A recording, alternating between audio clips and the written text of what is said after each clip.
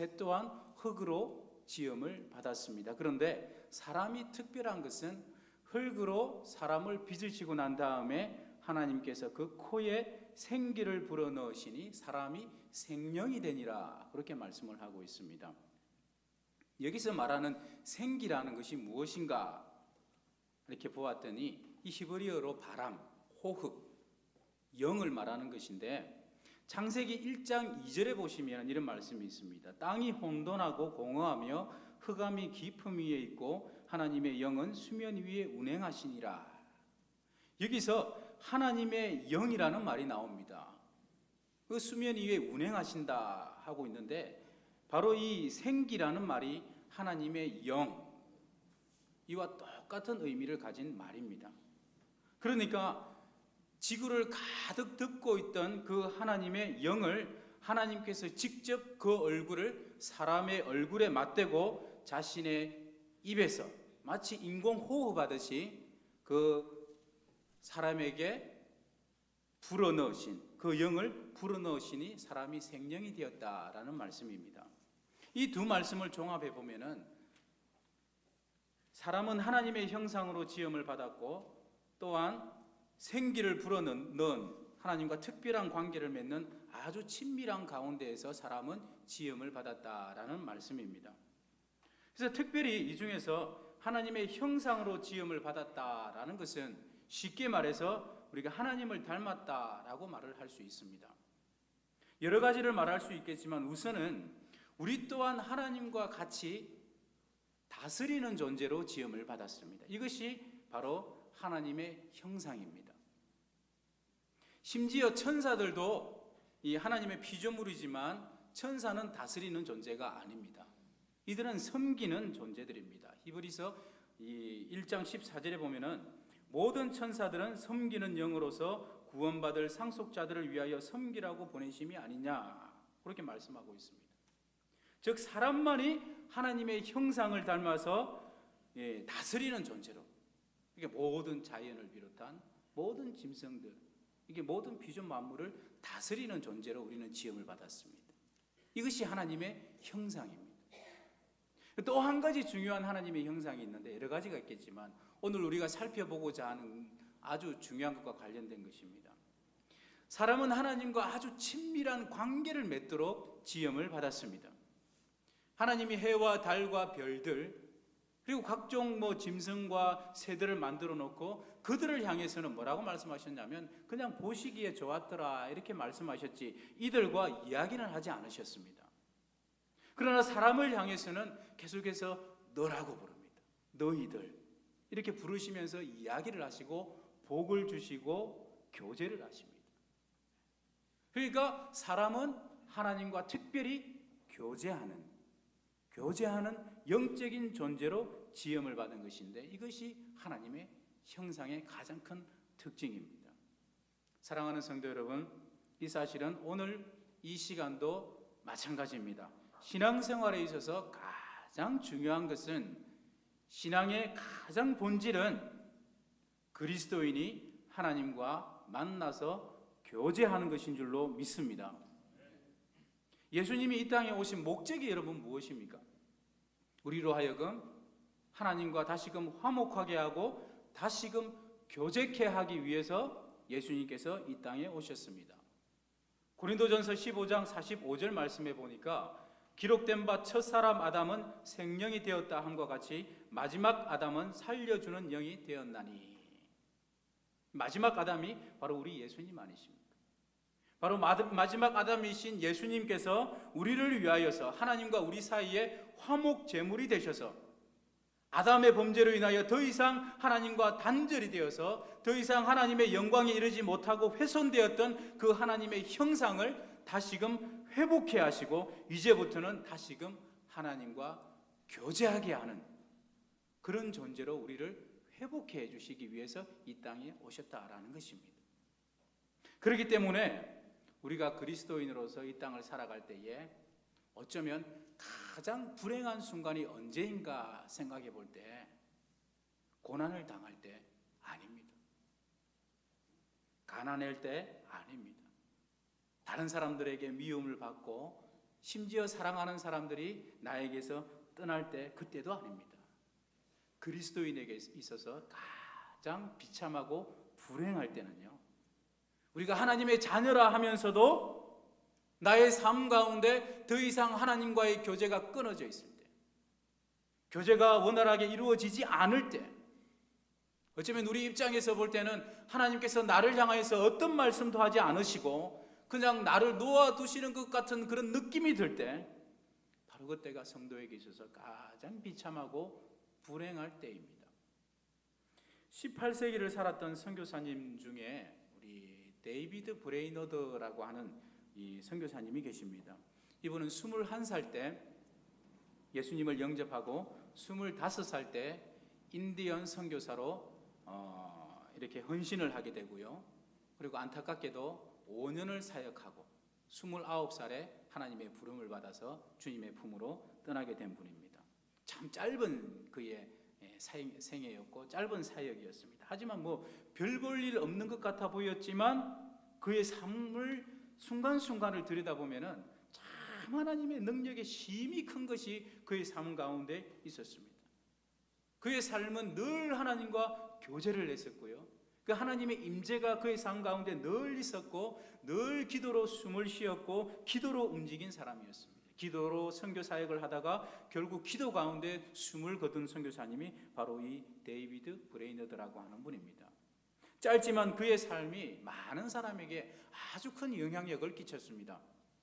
18세기 미국의 대부흥을 이끌었던 우리 신학자요 유명한 목사님이신 이 조나단 에드워즈에게 가장 영향력을 많이 끼친 분이 바로 이 선교사님이고요.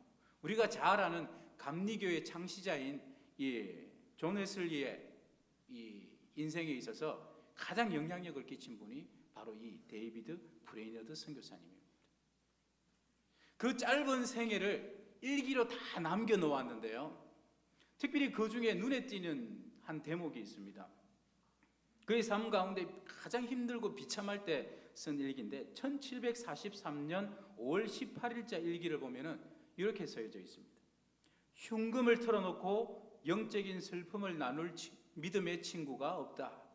서로 하나님의 나라를 말하며 같이 교제를 나누고 같이 기도할 사람도 한 사람도 없다. 내 식사의 대부분은 삶은 옥수수나 옥수수 죽이다. 나의 잠자리는 항상 집더미 속이다. 내 사역은 매우 어렵고 힘이 든다. 인디언에게 복음을 전하는 나를 거의 모든 사람들이 다 싫어한다.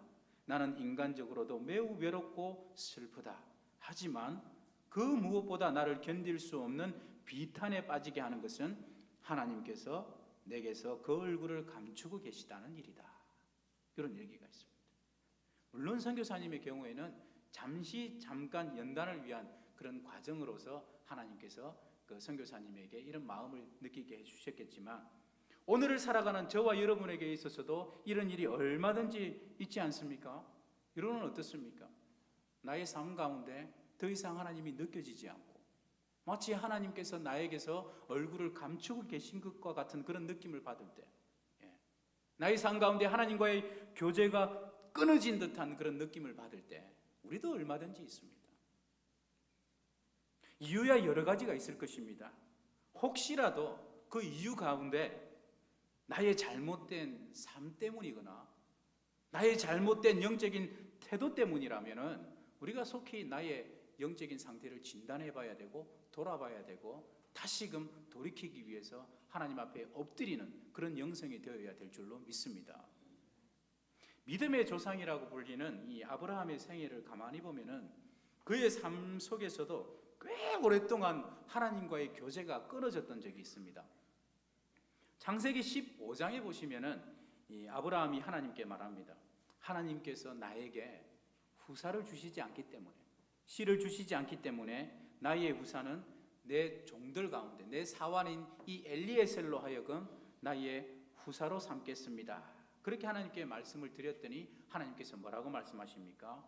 아니다. 네 몸에서 너와 사라를 통해서 날짜가 너의 후사가 될 것이다. 그러고는 아브라함을 데리고 바깥으로 나가셔서 하늘의 별을 보여주면서 너의 자손이 이 하늘의 별과 같이 셀 수 없게 많아지게 될 것이다. 그러시면서 하나님께서 아브라함과 언약을 맺지 않습니까? 짐승을 가운데 두고 그 반을 갈라가지고 그 사이를 하나님의 불이 지나가면서 이 아브라함과 언약을 맺습니다. 무슨 말이냐면 나는 반드시 내가 한 말에 대해서는 약속을 지킬 것이다 라는 하나님의 약속입니다. 그런데 여러분, 창세기 15장에서 그 사건이 있었는데 16장에 가면은 어떤 일이 벌어지냐면 이 아브라함의 사라가 아브라함에게 말을 합니다. 아무래도 하나님께서 나와 당신에게 아들을 주시지 않을 것 같습니다. 그래서 당신은 지금 나의 종인 이 하갈을 통해서 아이를 낳아서 그 아이로 우리의 후계자로 삼읍시다. 이 사라가 그렇게 말했더니 이 아브라함이 그 아내의 말을 듣습니다. 그리고 동침하고 그렇게 낳은 아들이 이 하갈과 사이에서 낳은 아들이 우리가 잘 아는 이스마엘입니다. 이스마엘. 이 이스마엘을 낳을 때 아브라함의 나이가요 86세다라고 창세기 16장 마지막 절에 보면은 그렇게 나오고 있습니다.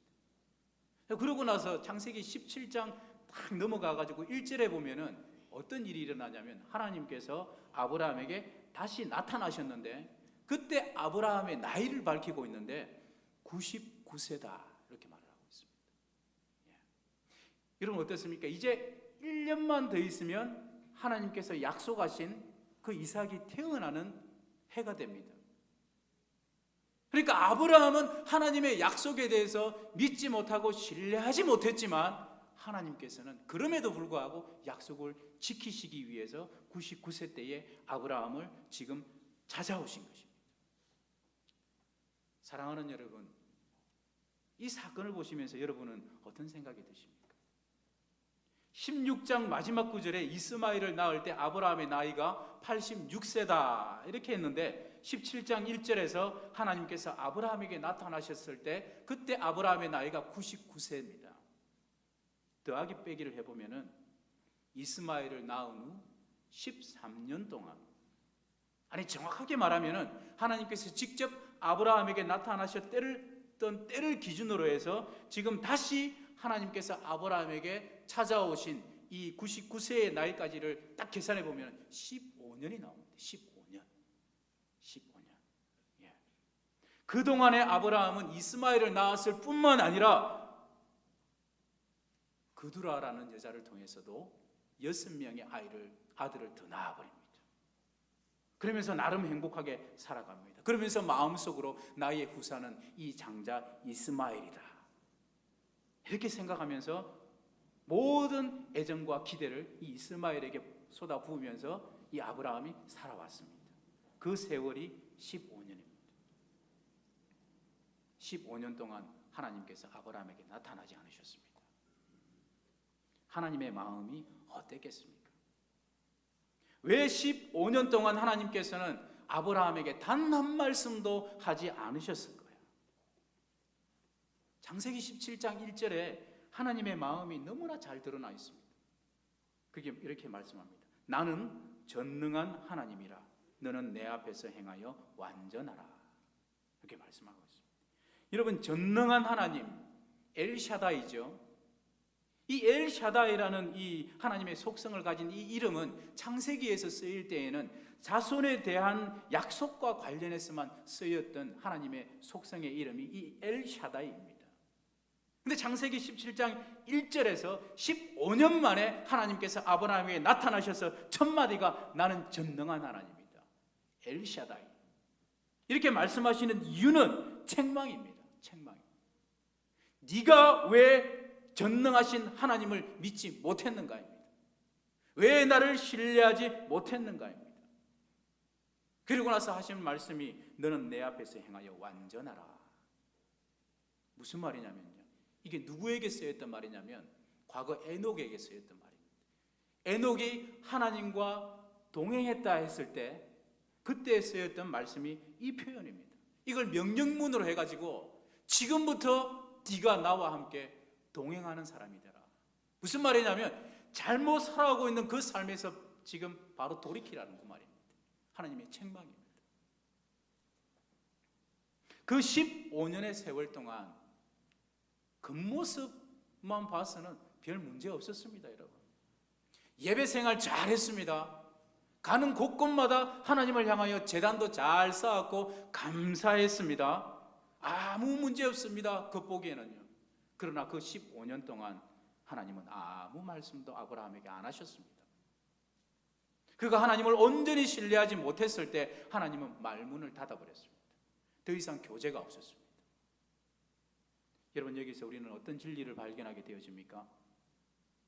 오늘도 우리가 하나님을 예배하기 위해서 이 자리에 모여서 모든 영광을 하나님께 올려드립니다. 그러나 여러분, 우리가 예배하는 것 못지않게 중요한 것은 그리스도인으로서 하나님의 말씀을 가지고 우리가 실제로 어떻게 살아가고 있는가입니다. 바로 그것이 굉장히 중요한 일임을 오늘 우리는 이 말씀을 통해서 깨닫게 되어집니다. 사무엘상 3장 1절 말씀에 보면은 이렇게 말씀합니다. 아이 사무엘이 엘리 앞에서 여호와를 섬길 때에는 여호와의 말씀이 희귀하여 이상이 흔히 보이지 않았더라.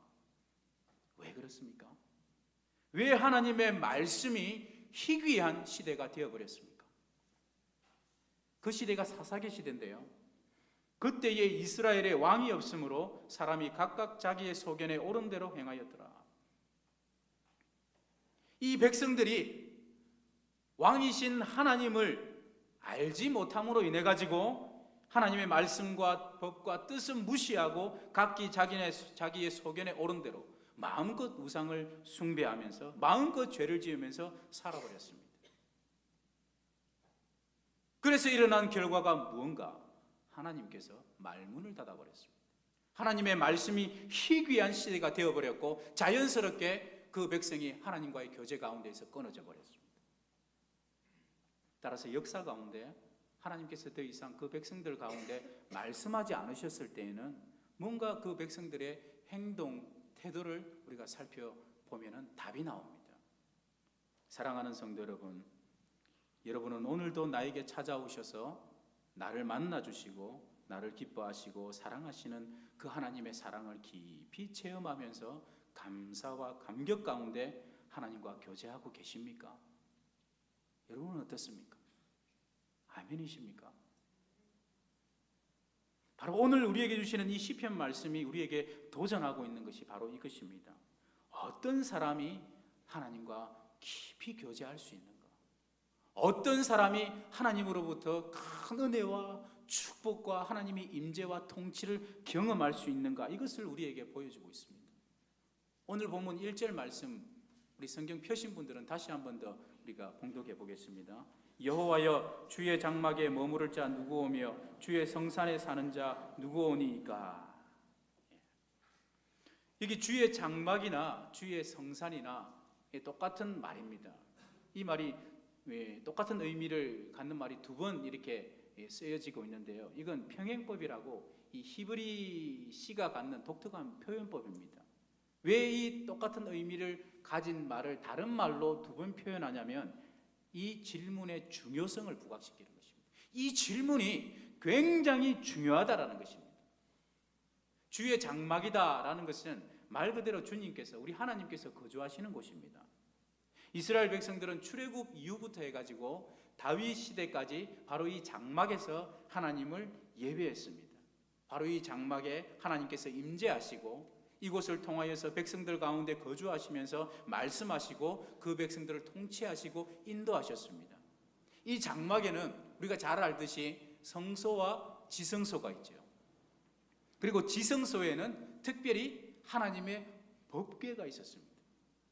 그리고 그 법궤 뚜껑에 보면은 그룹이라 불리는 두 천사가 날개를 펴고 있고요, 그 날개 사이를 우리는 시연자라 부르기도 하고 속죄소라고 부르기도 합니다.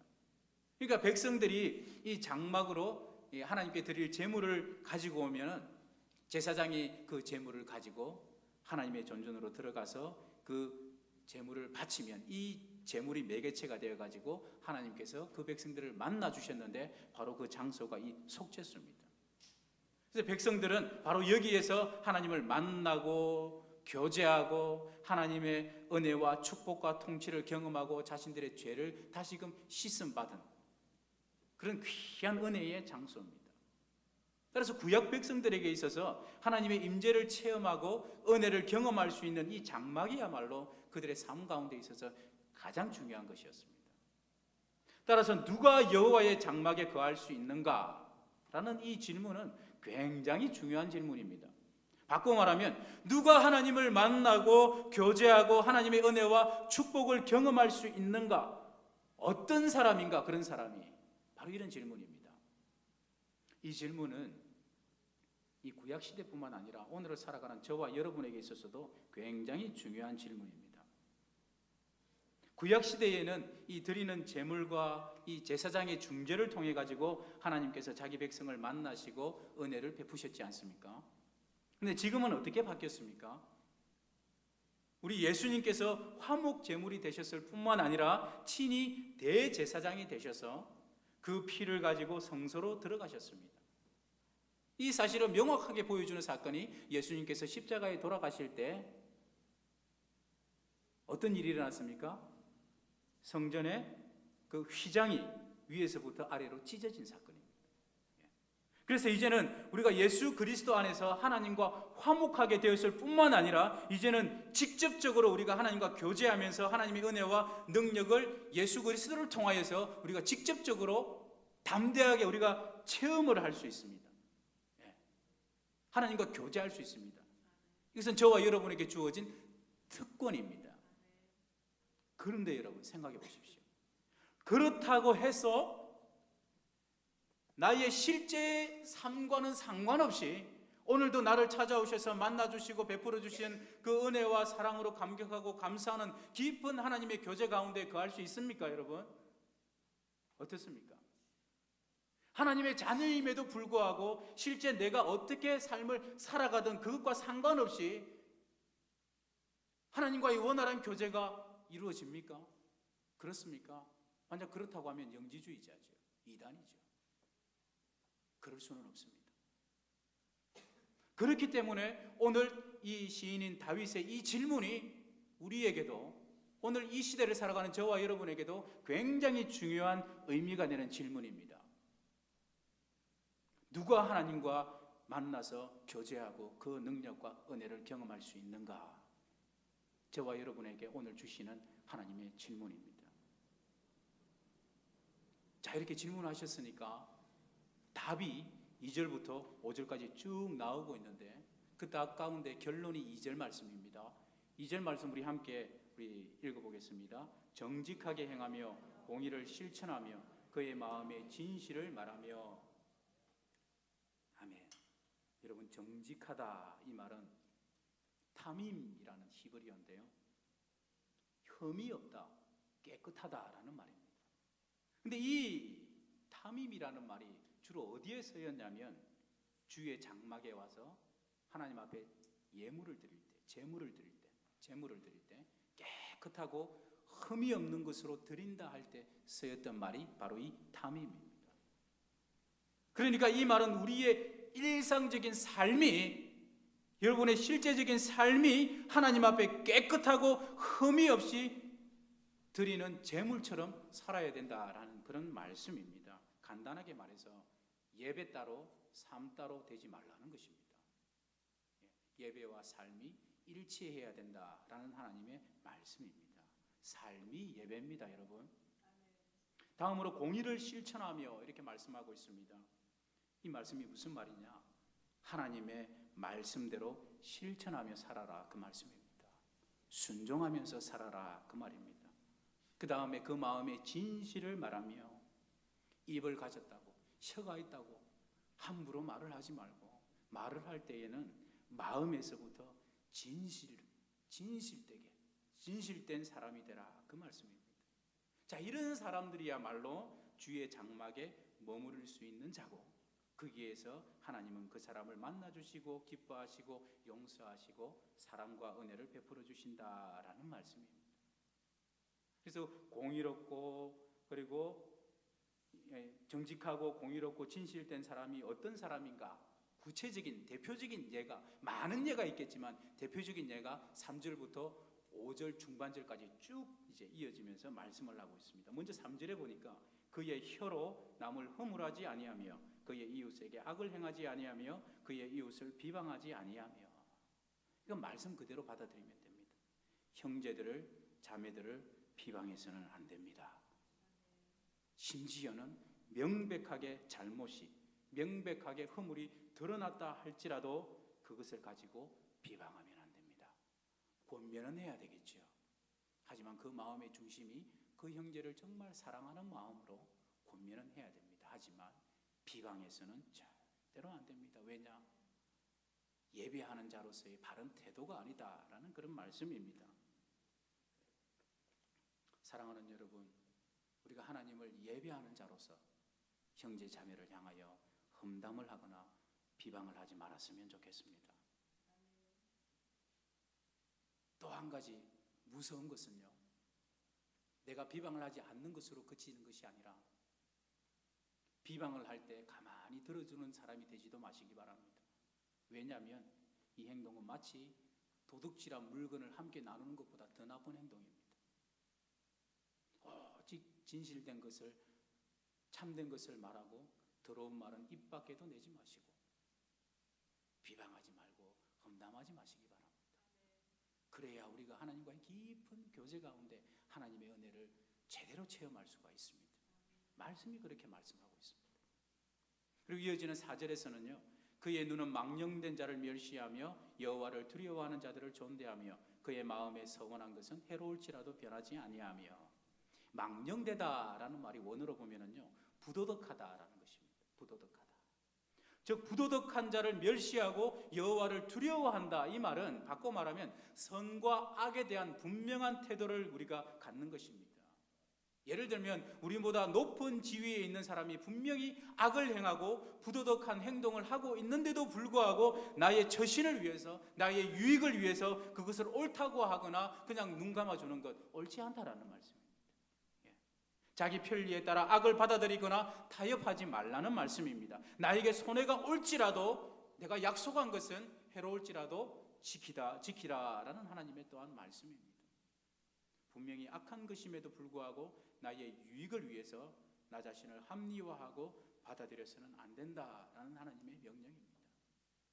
또 이어지는 5절에서는요, 이자를 받으려고 돈을 꾸어주지 아니하며 뇌물을 받고 무지한 자를 해하지 아니하는 자이니. 이 말씀이요, 무조건 돈을 빌려주고 이자를 받는 행위를 금하는 것은 아닙니다. 성경에 분명히 금지하고 있는 것은 고리대금입니다. 절대로 해서는 안 됩니다. 요즘 TV만 틀면은 그런 선전이 나오는데 하나님 기뻐하시는 것 아닙니다. 범죄입니다. 그리고 이자를 받으려고 나의 유익을 추구하기 위해서 이자를 받는 행위, 그런 행위들은 하나님께서 기뻐하시지 않는 행위다라는 것을 우리가 알 수가 있고요. 또 중요한 것은 뇌물의 문제입니다. 뇌물. 어떤 형태의 뇌물이든 그것은 나 외에 다른 사람들에게 해를 끼치는 행동이다. 오늘 말씀에 분명히 기록하고 있습니다. 내가 그런 자격이 없음에도 불구하고 뇌물을 통하여 내가 그런 이익과 그런 우선순위를 받아 누린다면 마땅히 그런 이익을 받고 그런 어떤 위치에 있어야 될 사람들에게 해를 끼치는 공정한 기회를 뺏는 행위가 바로 이 뇌물입니다. 그렇기 때문에 우리 그리스도인들은 그 어떤 형태의 그 어떤 뇌물이라도 주는 행위, 받는 행위 절대로 해서는 안 되는 것입니다. 사랑하는 성도 여러분, 이 이상의 덕목들이 대표적으로 말씀드렸지만 이 외에 많이 있습니다. 이것만 우리가 보더라도 나머지 행동들은 우리가 어떻게 행동해야 될지 우리 속에 계신 성령을 통하여서 우리에게 주시는 지혜가 있기 때문에 충분히 알 수 있을 줄로 믿습니다. 참된 교제를 나누며 하나님과의 은혜를 누리기 위해서는 이런 덕목들을 갖추는 자들이 되어야 된다. 하나님의 오늘 말씀입니다. 사랑하는 성도 여러분, 어떻습니까? 우리가 이러한 것들을, 이러한 덕목을 우리가 견제하고 있느냐 없느냐, 지키고 있느냐 없느냐를 따지기 이전에 우리 이것 한 가지만 생각해 봤으면 좋겠습니다. 분명한 것은요, 예배도 중요하지만 의식에 맞춰서 하나님을 예배하는 것도 아주 중요하지만 그 못지않게 아주 중요한 것이 예배 드리는 자의 실제 삶이 어떤가, 그것이 중요하다라는 것을 오늘 말씀이 저와 여러분에게 말씀을 하고 있고요. 이것은 구약에서뿐만 아니라 신약을 살아가는 저와 여러분에게 있어서도 진리입니다. 진리입니다. 예배만 잘 드리면 되지 않느냐? 예배만 성공하면 되지 않느냐? 어떤 사람이 예배에 성공하는 자입니까? 예배만 잘 드리면 됩니까? 천만의 말씀입니다. 무고한 역사를 한번 보십시오. 하나님께서 그들에게 뭐라고 말씀하셨는지요. 이사야 1장 11절부터 이렇게 말씀합니다. 참 충격적인 말씀입니다. 여호와께서 말씀하시되 너희의 무수한 재물이 내게 무엇이 유익하뇨? 나는 순양의 번제와 살찐 짐승의 기름에 배불렀고 나는 수송아지나 어린 양이나 숫염소의 피를 기뻐하지 아니하노라. 너희가 내 앞에 보이러 오니 이것을 누가 너희에게 요구하였느냐? 내 마당만 밟을 뿐이니라. 헛된 재물을 다시 가져오지 말라. 분향은 내가 가정이 여기는 바요 월삭과 안식일과 대회로 모이는 것도 그러하니 내 마음이 너희의 월삭과 정한 절기를 싫어하나니. 예배를 통하여서 제사를 통하여서 하나님을 만나고 교제하고 죄 용서함을 받는 것인데, 그런데 왜 하나님께서 이 제사를 멸시하고 이 제사를 기뻐하지 않고 있습니까? 여러분, 왜 그렇습니까? 왜 하나님께서 이렇게 말씀하십니까? 너희들이 나를 예배하러 왔지만 너희들은 그냥 내 마당만 밟고 갈 뿐이다. 결코 너희들은 나를 만나지 못했다. 왜 그렇게 말씀하십니까? 왜 그렇습니까? 13절 후반절에 보니까 성회와 아울러 악을 행하는 것을 내가 견디지 못하겠노라. 실제 삶이 예배가 아닌 것을 내가 견디지 못하겠노라. 그 말씀입니다. 제사만 드린다고 그것이 다가 아니라 실제 삶이다. 말씀대로 살아야 되지 않겠나. 15절에서는 이렇게 말합니다. 너희가 손을 펼 때에 내가 내 눈을 너희에게서 가리고 너희가 많이 기도할지라도 내가 듣지 아니하리니 이는 너희의 손에 피가 가득함이라. 하나님 긍휼히 여겨주십시오. 불쌍히 여겨주십시오. 달라고 기도하고 하나님을 향해서 여러분 손을 펴지만 하나님은 보기 싫다는 것입니다. 그 손이 보기 싫어서 당신의 눈을 가려버립니다. 하나님을 향해서 많이 기도하지만, 열심히 기도하지만 하나님은 더 이상 듣기 싫다. 귀를 가려버립니다. 왜냐? 너희들의 손에 피가 가득하기 때문에. 다른 말로 말하면 제사만 드리면 뭐하냐? 내 말씀대로 순종하는 삶이 없는데, 바로 그 말씀입니다. 신약에 와서도 동일합니다. 예물을 제단에 드리려다가 거기서 내 형제에게 원망 들을 만한 일이 생각나거든 예물을 당장 제단 앞에 놔두고 다시 돌아가서 화목한 이후에 와서 예물을 드리라. 그러면 내가 받겠다. 삶을 중요시하고 있습니다. 심지어 마지막 심판 때의 모습을 보면 어떻습니까? 마태복음 25장에 보면 나와 있습니다. 뭐라고 말합니까? 누가 칭찬을 듣고 누가 영생을 얻고 천국에 들어가는가? 그게 믿음이라는 말이 안 나와요, 여러분. 믿음이라는 말이 안 나오고 네가 이 세상에서 어떻게 살았느냐, 그게 나오고 있습니다. 어떤 삶을 살았는가, 실제 너의 삶이 어떠했는가, 그것이 나오고 있습니다. 여러분, 제가 이 말씀을 드린다고 해가지고 구원을 얻는 조건이 믿음이 아니다 이렇게 말씀드리는 것 여러분 아닌 거 아시죠? 여러분 무슨 말이냐면 그 믿음을 가지고 어떻게 살았느냐, 그게 중요하다는 것입니다. 하나님이 그것을 보십니다. 마태복음 25장 돌아가셔서 쭉 한번 읽어보시기 바랍니다. 이제 여러분의 삶을 한번 돌아보시기 바랍니다. 여러분의 삶은 어떠하십니까? 사랑하는 성도 여러분, 의식에 만족하지 말았으면 좋겠습니다. 나는 오늘 예배 잘 드렸다, 나는 오늘 주일 지켰다, 그것으로 만족하시지 마시기 바랍니다. 예배의 연속이 우리의 삶입니다. 실제로 그렇게 살려고 노력하시기를 바랍니다. 조금씩이라도 예배와 삶을 일치시키시기 바랍니다. 우리 순간순간의 삶 전부가 아무리 사소한 행동 하나라 할지라도 모든 것이 다 하나님 앞에서 참된 예배가 될 수 있다는 사실을 꼭 기억했으면 좋겠습니다. 그럴 때 우리 가운데 넘치는 하나님의 은혜와 사랑과 깊은 하나님의 교제를 우리가 경험할 수 있을 줄로 믿습니다. 말씀을 맺겠습니다. 이렇게 정직하게 행하고 공의를 실천하고 그 마음의 진실을 말하는 자가 받게 되는 은혜가 5절 하반절에 보면 나오고 있습니다. 이런 일을 행하는 자는 영원히 흔들리지 아니하리이다. 무엇이 흔들리지 않는 것입니까? 주의 장막에 거하는 것입니다. 계속적으로 하나님과의 깊은 교제 가운데 하나님께서 끊임없이 부어주시는 은혜와 사랑과 그 하나님의 축복을 계속해서 경험할 수 있다라는 것입니다. 이런 자를 향하여서 이사야 58장에서는 이렇게 말합니다. 너의 빛이 새벽같이 비칠 것이다. 네 치유가 급속히 일어날 것이고 여호와의 영광이 너의 뒤를 호위할 것이다.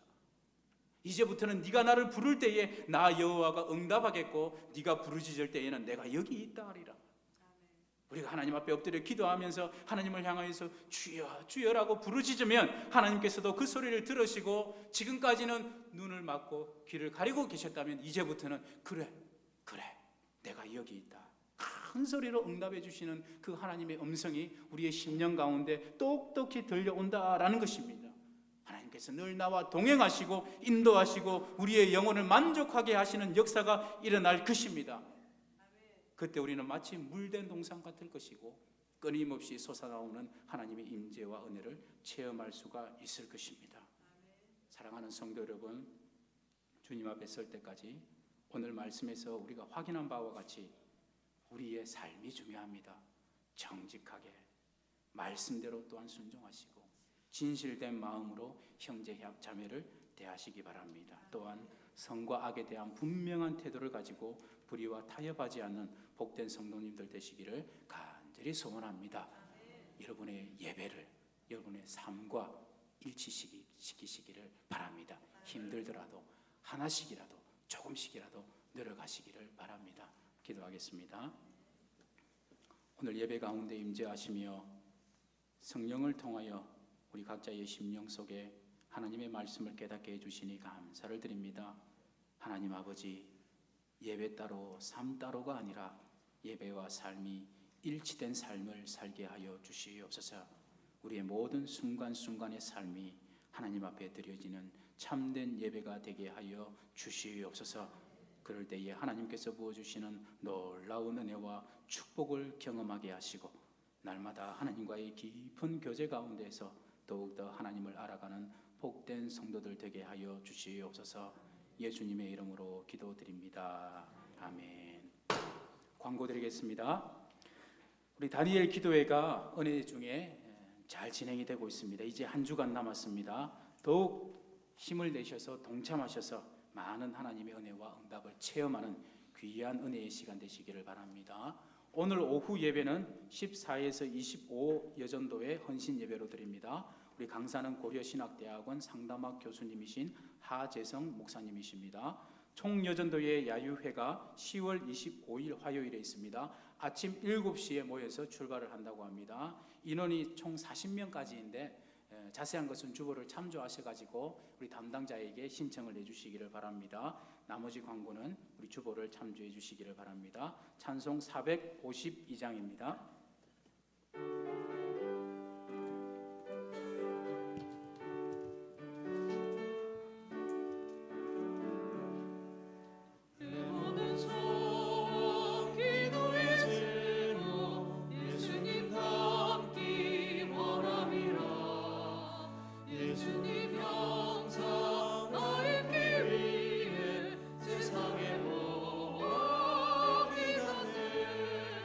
예수님